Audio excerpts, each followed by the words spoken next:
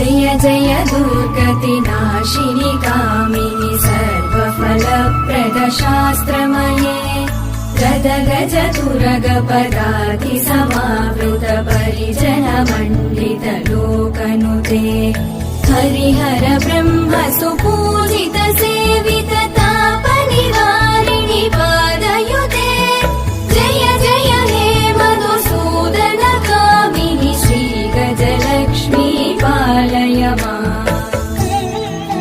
ॐ महालक्ष्मी च विद्महे विष्णुपत्नी च धीमहि तन्नो लक्ष्मी प्रचोदयात्।